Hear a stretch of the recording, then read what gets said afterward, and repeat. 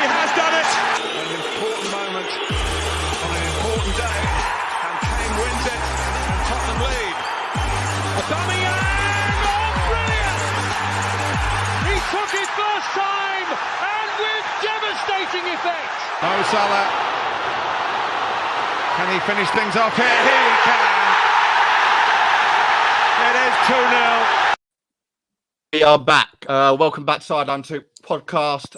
Hope you are all been well and had a good week so far. But we've got lots to get into. I'm joined by my co-host as always, but tonight we're here to talk about her game too, as you can see in the top right corner. But yeah, let's get cracking. Amy, it's good to have you back on. I'll go to you first. You okay? Yeah, not bad. How are you? Yeah, not too bad. It's nearly Friday, can't complain. And Caz, welcome onto the show. Thank you for coming on. How's things? You all right? Yeah, I'm all good, thank you. Thanks for having me on. Boys, I already know about you. I don't need to ask about that.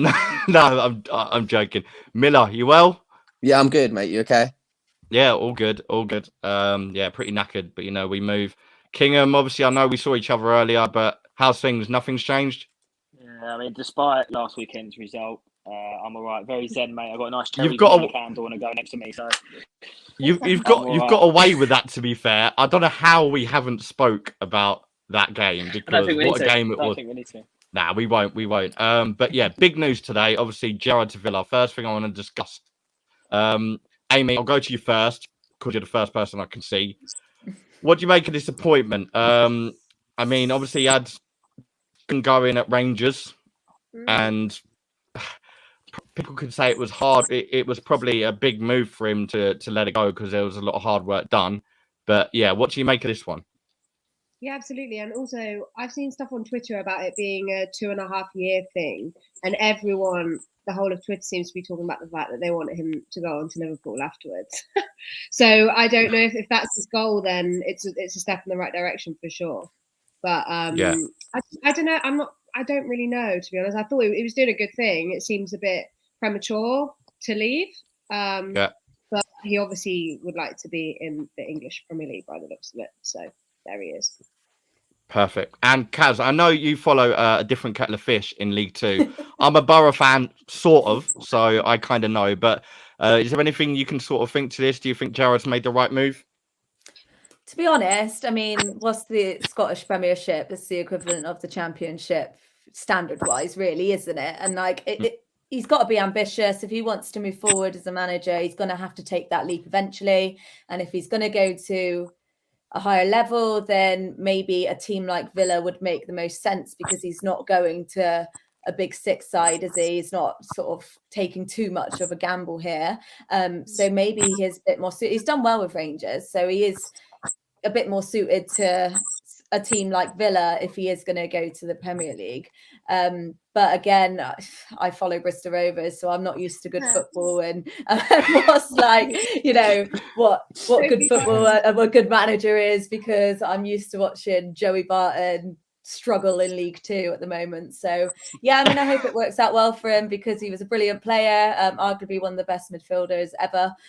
So hopefully he can kick on and become a legend in the managerial side of things, but I'm no one to speak about whether he's a good appointment or not, I'm afraid. Lee, being the Liverpool fan, I'll obviously go to you. Do you think this is a step in the right direction to get in the Liverpool rank? Tricky one,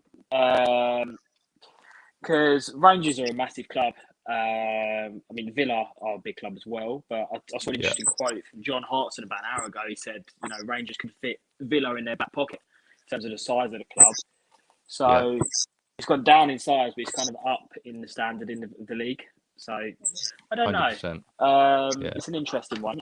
Obviously I want him to do well because growing up, Gerrard was like my idol. I wanted to be him. Every time I played football and struck a football, I was shouting Gerrard before every shot. So might need to get that blonde out your hair first, mate. Yeah. Well, I do want to see him manage Liverpool one day, so I hope he does well as long as he loses every game he plays against us. Or manages, 100%. I should say. But yeah, it's an interesting one. I hope it works out well for him. It's interesting. Obviously, he's done very well defensively with Rangers last season. I think it was 13 goals they conceded all season, which is ridiculous. And Villa have obviously got a very leaky back line at the moment. So yeah, it's going from a 2-horse race, like, because obviously, like in Scottish League, it's a 2-horse race, isn't it? Whereas in Premier League, anything can happen. But yeah, Sam, is there anything you want to add to that before we get into the bigger fish? No, I think I echo everyone else's thoughts. I mean, I think it's good for the league. You know, you want to see the top managers, the top ex-players involved. So yeah, no, I think it's exciting. We'll see what happens whether he succeeds or not. I think it's important for him to succeed if he's going to take over the Klopp and Liverpool job. But you know, obviously, to be fair, Arsenal are pretty much competing in and around that. So obviously, I hope he loses. Yeah. Shush. But yeah, let's get into the main topic. We're here to discuss her game too. So Amy, you've been on our show before where we vaguely discussed it, where you know things had just began. But I'm going to pretend I've been sitting under a rock for the past few months because there'll be people listening in that may not have watched it, but do go back and watch. And yeah, I want to hear what's happened since. So we'll start there, I guess. But Caz, I'm going to ask you how you sort of was overwhelmed, because I know Amy said to us at the beginning she was overwhelmed at how it had all sort of the support, etc., and the feedback that had come from it, and that was then. But yeah, what was your thoughts like at the very beginning? And obviously, I know you were a sort of co-founder in it, but what was the sort of thoughts when it first had come out? Like, honestly, it was such a strange feeling for us because we were quite nervous with the launch. We were nervous and excited because we had a feeling it would do quite well, and a lot of people would be able to resonate with it. But there's no way we expected it to reach the numbers that it did. So yeah, to get 1 million in 24 hours, 1 million views in 24 hours was just amazing. But it was when the professional clubs started coming forward and the EFL tweeting their support to us, and we had about 1,000 odd people using our hashtag within the first 24 hours as well. And it was everything that we wanted, really. We wanted to get the message out there and we wanted it to have a big impact, and it did. So we're really happy, and I was overwhelmed in a positive way, but also overwhelmed in a negative way, because there was obviously, with a lot of positivity and a response, you also get a lot of negativity with that as well. And we had our fair share of negative comments and trolling and people going over the line with ways to abuse us because of what we've done. And people don't like it when people have a voice and stand up for themselves. So it was kind of, I really wanted to have a look at how it was doing, but at the same time, I just wanted to put my phone away and just in case, to protect myself. And I wanted to protect the girls as well, because I didn't want anyone to be subject to the abuse that we were getting. But the positivity outweighed the negatives. It was about 98% positivity and only about 2% negative. But unfortunately, they catch our eye every now and again. But yeah, it's been incredible. 100%. And Amy, like, speaking on that, obviously, was you perhaps nervous at the beginning to see, obviously, because everyone knows about women's treatment in football, like let's be honest. However, making such a movement public, did you think it would have the effect of, making certain people come out of I'm not going to use the term come out of the shed, but pop out of their shell, maybe, like, because usually trolls do happen, trolling happens on a day-to-day basis. But did you think this could perhaps instigate them even more? Yeah, definitely. Like Kaz said, like people like that don't like people standing up for themselves and doing and kind of making a fuss about something. And I think, to be honest, I expected a lot more negativity. I think we all did, actually, because there, like you say, there were comments like when the campaign started, and even now there are still comments, but it's not as many as I think we expected. I think we thought we were going to get absolutely hounded by sort of like, what's the point of this? Why are you doing this? Oh my God, girls are talking about football. Like, but that didn't happen as intensely as I thought it would. So that's been a good thing, definitely. But yeah, people just don't, I've noticed it recently on my channel, like the more I'm doing, like the more people seem to have a problem with it. It's been quite interesting to learn. Sounds about right. Yeah. It means but it means you're doing something right as well. Exactly, and I think that's what a lot of people say. Like, if people are talking about it and you're definitely doing something right. So, what would you say is the best way for you find handling that for both of you, really? Because you probably both have it. If something goes well for her game too, or yourselves in a personal way, there always seems to be like one idiot that's going to pop up with a comment. How do you guys sort of find what the best way to deal with it is? I'm laughing because Kaz literally texts me all the time, like, don't respond. We're very different in how we respond to these things. Yeah. Yeah. I don't like them to have the last word, but that's the kind of person that I am. And then Kaz is really good at sort of literally ignoring it, blocking it, muting it, whatever. I've never used to be. I never used to be. I used to be really bitey, but my friends were like, how I talk to you now, Amy, is how my friends used to talk to me. Just don't respond, just ignore it. You're giving them what they want. So I said to Amy, I said, she's got to pay £1 now to every troll that she finds. She's going to make a fortune. Very rich campaign soon. That's a good way of looking at it, though. Yeah, I suppose every time you get a negative response, you can just look at all the success you're doing. It definitely outweighs it now. You know, I think, and people, and it's interesting. Like, I know this is like all online, so it's all kind of not real, anyways. But there are now people who kind of stick up for us a bit more. You know, like people say like anything in the comments out of support, kind of saying like, leave it. You know, like, leave her alone, like, stop abusing her. It's all the time. Like, sometimes other people are doing the work for me, which is, you know, really nice. So I'm not asking people to jump in every time someone's being nasty, but I need to be better at blocking. But my block list is in 1 at the moment, so that's pretty good. Me too. I mean, like you said about that's a good point you said about like a lot of people seem to be sticking up for you for like, because like this week I've seen Jane Purden, I think is that how you pronounce her name? She was doing an interview on Sky Sports. There was the Gold Diggers podcast, which I listened to because I go on Spaces and I know quite a few of them just by voice, not by name. But I was a bit over and underwhelmed by it all, because like there was the stat of 1 in 5 women, which I don't know about you, but I found bizarre. Obviously, you girls know this a lot more than me. You did your research. You've spoken to many more people. But going from that, do you feel like there will be a time where it's reduced? Because obviously your work has been brilliant, and it's sort of numbed it down. But to hear people come on the show and still say like they were uncomfortable to go to games. I'm just baffled. I don't go to many games, but I mean, Caz, I know from socials you and Lucy go a lot. And Amy, I know you've sort of like to have gone to see Swansea games. But I'm going to ask both of you, what's the impact been when you do go to a football stadium, or if you do go and watching a game in the pub? Because people would know you, recognise who you are, or know what you've been up to. Has there been any sort of impact in that way? And I mean in both ways, like negative and positive, because some people may, you know, hold back with you and feel like, oh, okay, I've got to be really careful now. Do you understand what I mean? But has anything changed when you've sort of been out and about?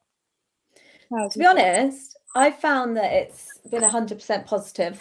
Sometimes I'll get people me and Lucy will get people come up to us and say, oh, you're the girls from her game too. And there's part of you just sort of stops and go, oh, are they going to say something nasty like we've seen online? And they say, oh, we love what you're doing, think it's brilliant. And I find that actually all these trolls are just keyboard warriors, because I've seen some of my trolls in person. I've confronted them when I've had a few pints, and it's only a joke, love, it's only a joke. I was like, it's not only a joke. I don't know who you are. The only reason I know who you are now is because I've searched your name on Facebook and I figured out who you are. Now I've seen you in the pub and I've asked you why you're trolling me, and they sort of go like red in the face and they back down. So it's you know, it's interesting to know that actually these trolls, and I say this to Amy, I was like, they wouldn't say it to your face, which is great, because it can be a bit nerve-wracking for us now that we go back to games and we know people are going to say things. But I can tell you, it's been 100% positive. As we continue to grow, obviously more people are going to start to recognize. But I do think most people do appreciate what we're doing. Like, a lot of people have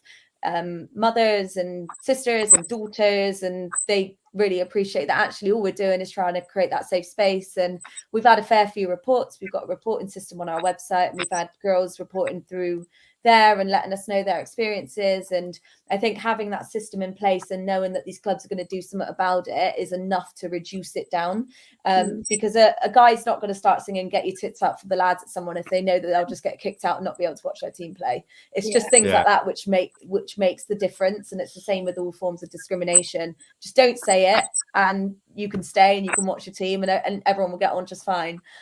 So I do think in time, once we've got as many clubs as we possibly can on board to have that system in place, make that pledge, and threaten to kick out misogynists or anyone who's discriminating against anyone, it'll be a safer space. Fingers crossed. Yeah, hopefully. Yeah, I mean that's got to be the next move, hasn't it? But yeah, talking of that, the big clubs that you've got involved, I can't keep up. So, Amy, I'm gonna go to you. Like, I want to find out what's been your favourite one so far, because like I saw the Football Manager one the other week and I was a bit gassed because I was literally looking at the game and I was talking about it with a mate and I was like, go on. But yeah, lots happened. Talk about it and what's been your favourite sort of like moments where, because there's been a lot of collaboration from what I've seen anyway. Yeah, so obviously the club partnerships are sort of constant and kind of rolling as we move.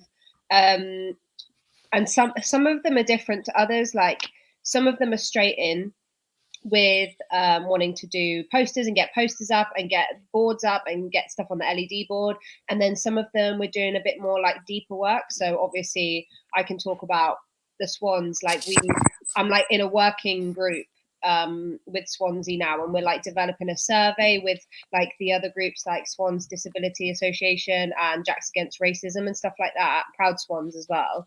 So some we're doing things like that, and then some it's more visible. But I mean, all of it's exciting, all of it's good. And you know, I think the shirts was a big moment. Like they've been on pre-sale already, and obviously we'll have pre-sale again at some point for more. And yeah, Football Manager's huge because that's a global thing, really. So and that's just like that's only just happened now, so it'll be interesting to see what comes from that. And yeah, imagine you're just playing and you just see her game too. That would be that's mental, honestly. I create some space on my laptop because it won't let me download it yet, so I need to sort of face out. But yeah, it's honestly everything we do is exciting. I don't care whether it's like a League Two club, like a Championship club, an education organisation. You know, whatever it is, it's exciting for us, isn't it? Like every time we get something happens, we're all so excited by it still. You had a new one today, didn't you? Hearts. Yeah. Yeah, that was a big one. Our first Scottish club, which is exciting, and we've got another Championship club coming pretty soon. I don't know when. And hopefully Premier League. Of course. Yeah. I'll tell you what, that would be good because you know once you get one, the others start coming in. Do you understand? But hopefully. I mean, the amount you've done already, right? So obviously, and you've only been doing this. I mean, when did we speak, Amy? A couple months ago. We spoke in the summer, yeah. Yeah. So it's happened all very quickly, like sort of blown up. But this is probably a tough question to ask. But what was the sort of out of all the girls meeting up doing this video? Because I'm sure there was a group chat or whatever went on. I don't need to know the back doors, but what was the worst experience that sort of you heard out of that? Did you like come together and sort of talk about it all, or was it more of a thing where people were discreet? Obviously, you don't have to sort of speak about it on here, but you can even mention your own ones. So the way it all came about was I followed all of the girls on Twitter, and they'd all individually mentioned about sexist abuse at some point that they had experienced, and then so that's how I sort of gathered the girls. But my list was huge of girls that I wanted to contact about it, which is frightening in itself, right? And then I was like, okay, I can't have too many because the video needs to be short and snappy and rah rah rah. In fact, I found Amy she was a last minute swoop. And I think it was because you've spoken out about TikTok, didn't you, Ames, about the abuse you're getting? Yeah. Yeah. And the scale of abuse. So like I had all this list of girls, and then you sort of bumped right up to the top because I saw yours and I was like, whoa, this girl gets it bad.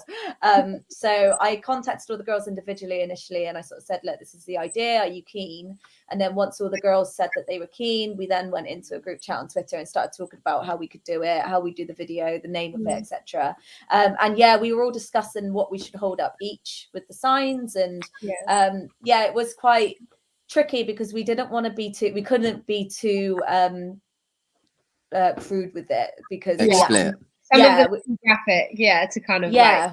Can I jump in and ask you quickly? So you know your messages are they individually personal to you all, or are they just something that just generalized that have come between all of you and you've all handpicked? The ones we held up, the ones we held up. So I remember Caz said to us, why doesn't everyone like have a think about the one that's kind of hit them the worst, right? Because mine was about like my opinion not being valid, basically, because I'm like, that's like the worst thing for me, because say what you want about me, but the fact that my opinion's not valid. And then, some of the others everyone had different things that kind of hit them differently, didn't it? So like get back to the kitchen's quite generic. We've all had it. Yeah, So it's like who wants to take that one? Who wants to take that one? It's kind of like, we've all had it. We've all been called a bin. We've all been called a slag. Yeah. It's like, we kind of were like, okay, you take that one and I'll take this one, because sadly we've all pretty much had it, yeah. Yeah, but we wanted to keep it as sort of relatable as we could, because there's some people like Lucy, for example. Hers was a more about a picture that was put up of her, and they zoomed into the picture of her in the crowd, and they were like all laughing and retweeting and basically targeting her and singling her out, whereas that's something you can't really put up on a sign. So no, of course, there's we had to sort of have a think about, okay, let's just pick the ones that we know people will be able to relate to, but at the same time we've all received it. Talking of bad experiences though, like we did a survey pretty soon, didn't we, Caz, where we wanted to just kind of branch out and see, our experiences, like, is everyone having these experiences, or is it just us, basically? And we surveyed quite a lot of us, and we asked them at the end, like, if there's any story they'd like to share or a specific experience that they've had. And honestly, reading them was like painful. Like I can't tell you how difficult some of the stories were to read. Like I thought I had it bad, like just a bit of online abuse, but some of the things these girls experience it's actually horrific. And we did an article, is it with The Athletic or The Sportsman? I can't remember.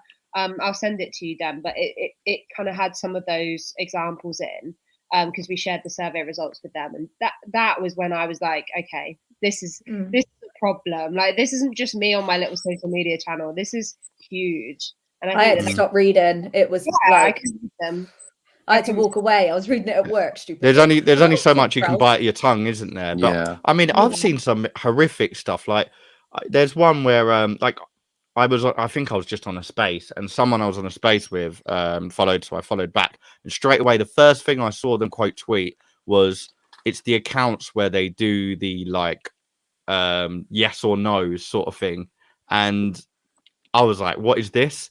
And it was, I'm not going to lie to you, there must have been at least 200 women's photos being used. So firstly, I thought, how are they how is this allowed? Like, if someone took my photo and posted on some random account, why is this happening? And secondly, who has actually got the time in the day to sit there and do this?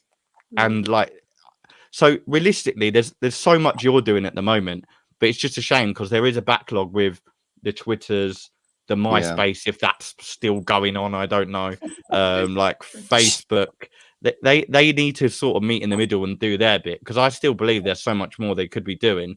But hopefully, like, has there been any sort of like? Because obviously, I know from her game too, there was a few times where I've reported something that you've sort of shown to the world.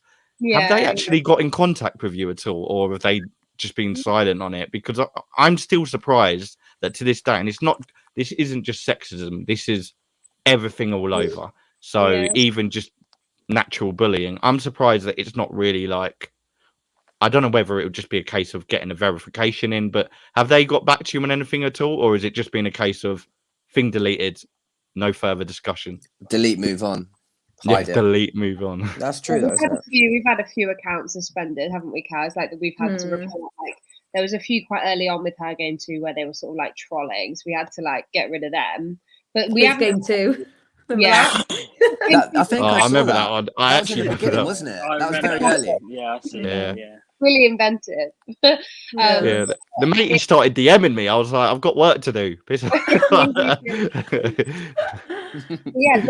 anything personally, but like I signed the government thing about making like ID necessary on social media and stuff, and I've like followed that through its kind of course through government, because for me that's like the easiest one. And also my friend said, just charge everyone £1 to use Twitter, because you have to put your bank details in, and imagine all the children who wouldn't. That is a great shout. Like, we'd all pay £1 to use Twitter, wouldn't we? Like it's there's definitely a few easy things you could do for sure that would iron out the bad people. but Yeah, they're not going to do it because it reduces their user, whatever they call it. It might be users that they have. So. Well, they've put in a monetization now, haven't they? Where you can sort of get paid for your tweets or something ridiculous. So if they can implement that, why can't they just make us all pay £1? Some of the tweets I read are actually quite hilarious, and I'm quite happy to pay £1 for them. Yeah, right. But I want to talk about your teams because we're not just here to talk about her going to. We'll talk about football. Obviously, women's football weekend is coming up as well, so it's actually fitting timing for this. But yeah. Caz, I'll go to you. I don't know too much about League Two. I just know that Borough are terrible. Bristol Rovers are above us. But when you say yeah, Borough, how they Stevenage, Borough. Stevenage, yeah. Stevenage. I Yeah. didn't really. I didn't want to say. I was like, who's that? There is. I said for a reason because there's quite a few people watching on Twitter, and I thought, am I going to get absolutely embarrassed for supporting Stevenage? But yeah, I support them off the record. But yeah, how's it been this season? And have you enjoyed going to the games? Stevenage still beat us, so thanks. Yeah, for that. take it. To be honest, like whatever league Rovers have ever been in, we've been in the conference, so it's been worse. We dropped out the league. Have you followed them for that? How long have you been going, if you don't mind me asking, like to the games and? God, how old am I? About 14. You're 2 years younger than me. 14, 15 years maybe now, and we dropped out the league in 2014, so it actually wasn't that long really. And that was the first time in 94 years, so it was a bit of a shock, but to be honest, that conference season, because we absolutely smashed it and we were doubling the gates of all those conference sides, like we go to Dover and we just take 1,000 and it was amazing. It was really fun. We're winning 5-0 and pissing the league basically, and it was great. If we hadn't gone back up straight away, maybe it wouldn't have been as fun to do it second time round, but yeah, it has been worse. So to be honest, for me, I'd always support Rovers no matter what league they're in, and I'd always try and make the best of it. And to be honest, at the moment it's the Joey Barton thing, which is making me lose love slightly. Is he as wet behind the ears as I can imagine? Like that's my question.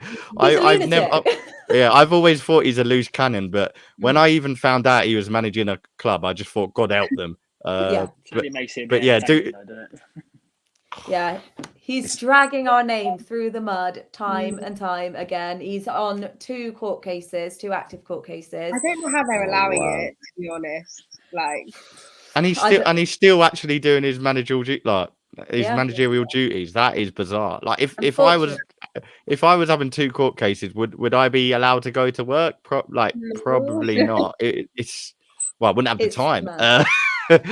But so it's tricky because there's going to be a conclusion in December unless it gets delayed again, but fingers crossed we'll know what's going on in December, whether he goes to prison or not. I mean, it's not just like a slap on the wrist and a fine, it's like he could go to prison here. So it's tricky. I shouldn't be laughing. It's mad. It's mental that I haven't followed this as much, but that's crazy. It is. So he's on one case for assaulting the ex-Barnsley manager in the tunnel, and that was like pre-COVID time, so that was ages ago.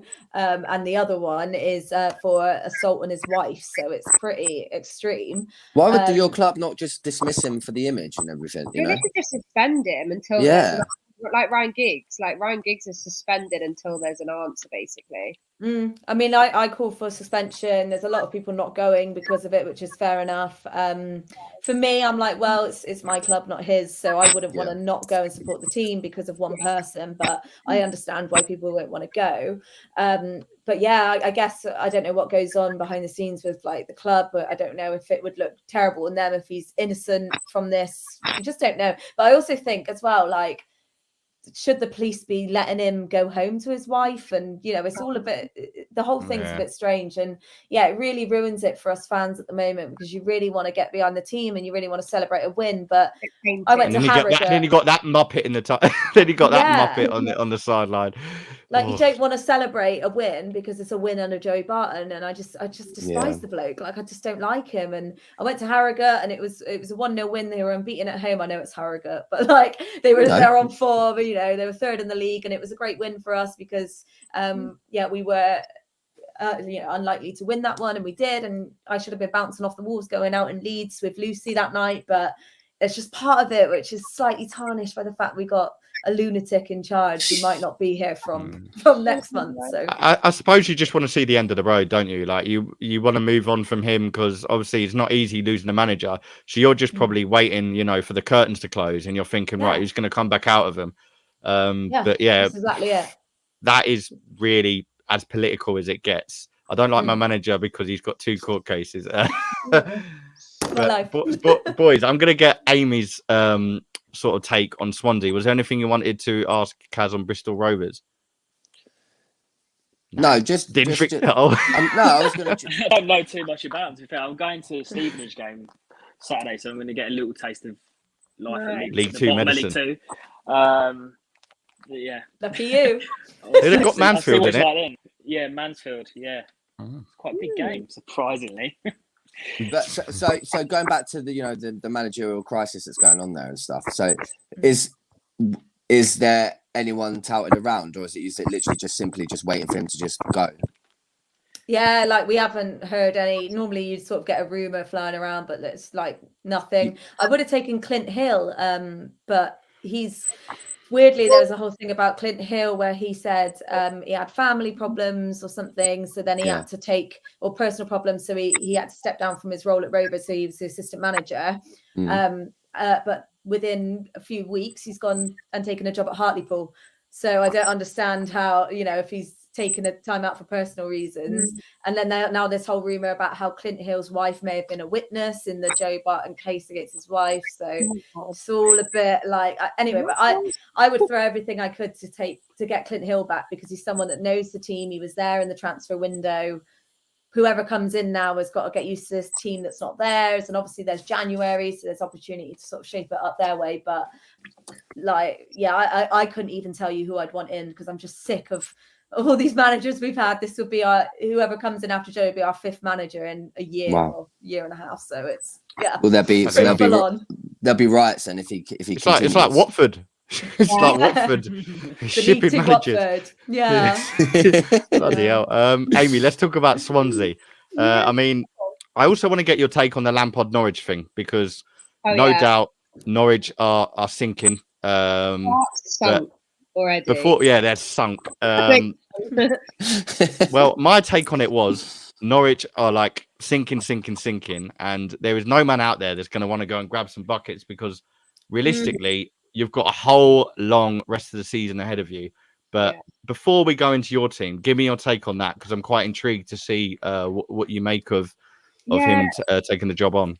Norwich is a weird one. Like, we talk about them a lot, obviously, because they're in and out of the Championship. Like, I mean, we can use the Y word, can't we? They are a yo-yo team. Like, they just bounce up and down. They're too good. They've been too good for the Championship. Like, they walked it last season, and then they just cannot find any sort of anything in the Prem, right? So it's like, what's the answer? Like, what do they need to do? They need to look at like a long-term build, I guess, to make Premier League life sustainable. I mean, Frank Lampard, it's like, I mean, I don't know. Like, he was on one of the rumours when we were looking for a new manager, but way too expensive for us. So they've obviously got that behind them, which would help. But I don't know what that. I look at their squad and I'm not like ecstatic. Like, I look at it and think, we spoke about this the other week, didn't we? On Send Me Off. Championship. Like, there are better players in the Championship than in their team. They need a better squad to stay up. Yeah. Obviously they need a manager too, but they need to sort their sort of ranks out, I think. Yeah, I think it's tough on them. But going on Swansea, obviously your manager's been rumoured all over the gaff from what I've seen you tweeted. But he just seems up there and everywhere. But how are things going this season, other than what we know? I tried Cardiff, didn't you? Oh, it was stunning. I mean, if you get 90 minutes, go and watch it on YouTube, because it was great. I did see one of the guys wanted. Did it hit both posts? Oh yeah, Jamie Patton's got hit the left post. Yeah, it was really good. But we've had some really good wins recently. Like, we've picked up definitely. We won against Cardiff, West Brom, and Coventry. And I mean, West Brom are in second, Coventry in fourth. We did just get battered by Bournemouth, but I think it was kind of one game too many. You know, when you get to sort of the end of like a busy run and there's just left in the tank. But I mean, Russell Martin's doing an amazing job, and yeah, everyone's nervous because he's always said he wants to manage Norwich, but it's definitely not the right time. So that's good. I just think it's not the right time for him, and obviously Rangers rumours have started as well. But I mean, I don't understand why he's just settled. He's got like young kids, I believe, and is obviously doing well at Swans. So you just think, he shouldn't be moving on. So Championship's too exciting. I love the Championship. I wish. I've heard he's doing terrible, Amy, but you've got Reece Williams on loan. He had a few starts. The problem is that we've sort of found quite a good system of a back three with like a sort of pivot guy, Kyle Norton, if you know who he is, kind of in the middle, and then we play Ryan Manning on the left and Ryan Bennett on the right of him, and it's sort of working really well. And I don't know if Reece Williams is going to fit in the system. We need some depth there, but I'm not sure whether he's the right sort of player for that position. But I have to say, the football's the best it's been in 5 years, probably, if not more. It's promising, man. It's we're easily the best football playing team in the league, if you know what I mean. Just the results aren't coming yet because it's new. The players are not fit enough for the intensity. Like, we still need to recruit a bit, but it's getting there. The results are coming now, so yeah. I think if I remember rightly, in the summer you would have been happy with mid-table. Mid-table was like that. You agree with that? Or? Such a good result would have been like mid-table, but now we've seen what we're capable of. People are already saying playoffs, but I just don't want to go through it again. I'm not. I'm like scarred. Not ready for that. Yeah, I think it's one step at a time. Then. Yeah, he would be the right guy to take us up. I wonder whether it's like build this season and then like go for automatics next season. That would be the sort of dream. But I don't know. It's really good football to watch. I'd really recommend watching them. It's the complete opposite to what we had the last 2 seasons, which was ugly. Although we did well. This is like, so many. We're like at the top of all the leaderboards of like passing accuracy, possession. Like, it's up there, and it's nice to watch. And so people are happy, even if we lose. People are fairly happy because when I get time, like, which is rare, I do watch Championship highlights, and Swansea are a much more exciting side than Watford and Norwich. Like, who wants them in the Premier League? Absolutely. So to be fair, if you do well and come back up, Laudrup days. Yeah, exactly. Like, it's like Graham Potter football. It's the same thing. It's like it's that sort of thing. It's nice to watch. It's everyone, you call it, what do people call it? They call it tiki-taka. They talk about prime Barcelona, all that kind of stuff. Just before we wrap up, because I know we've got things to do, Caz, I know you've got to go off and do your thing. Someone said here, ask about Ethan Laird. Is that the United player? Yeah. So he's our right wing back. I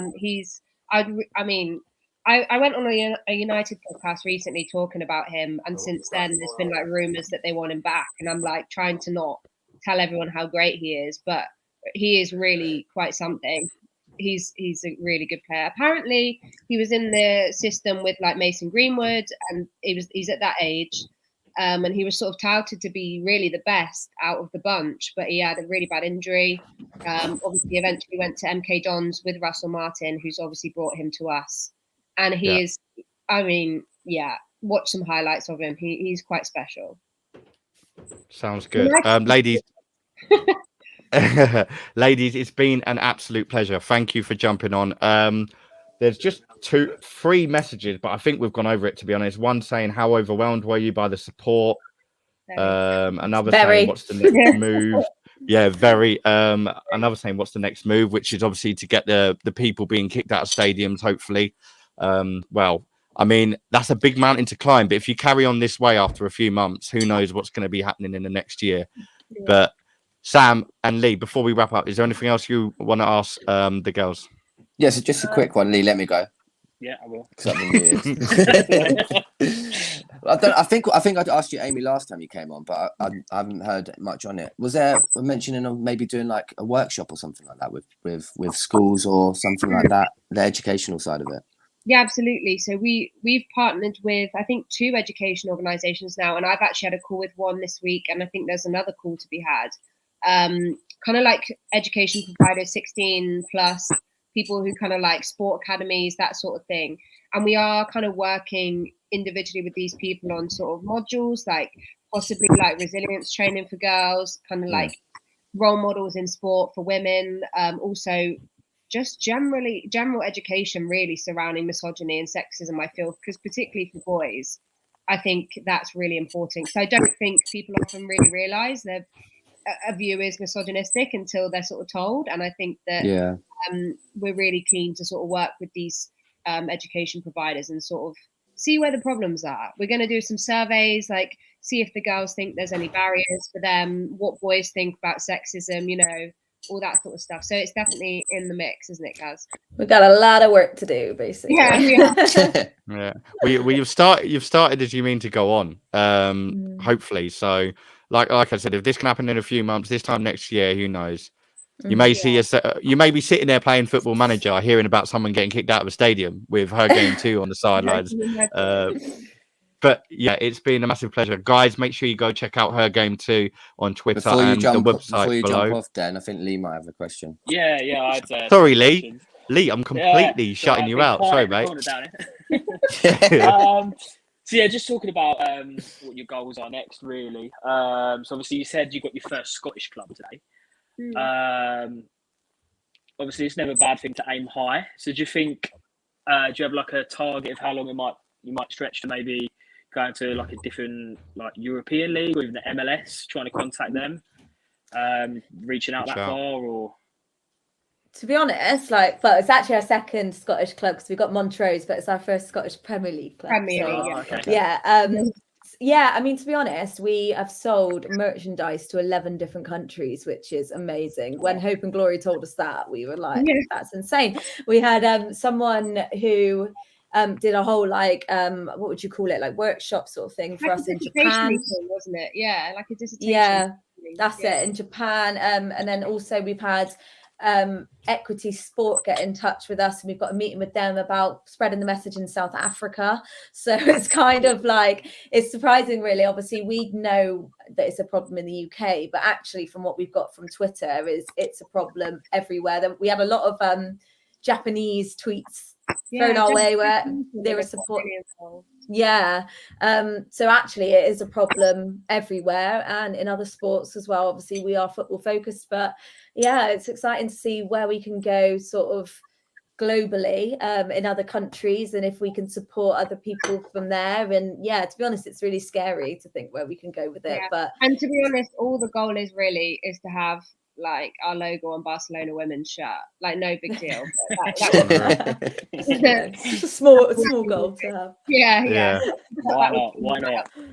Well, you've started on the small fish, haven't you? So you just got to get the big pond, like the one earlier with that shirt's unreal, by the way. Like the design, your football shirt, that is absolutely like, I was looking at it and I thought that beats half the Premier League shirts, like in terms of.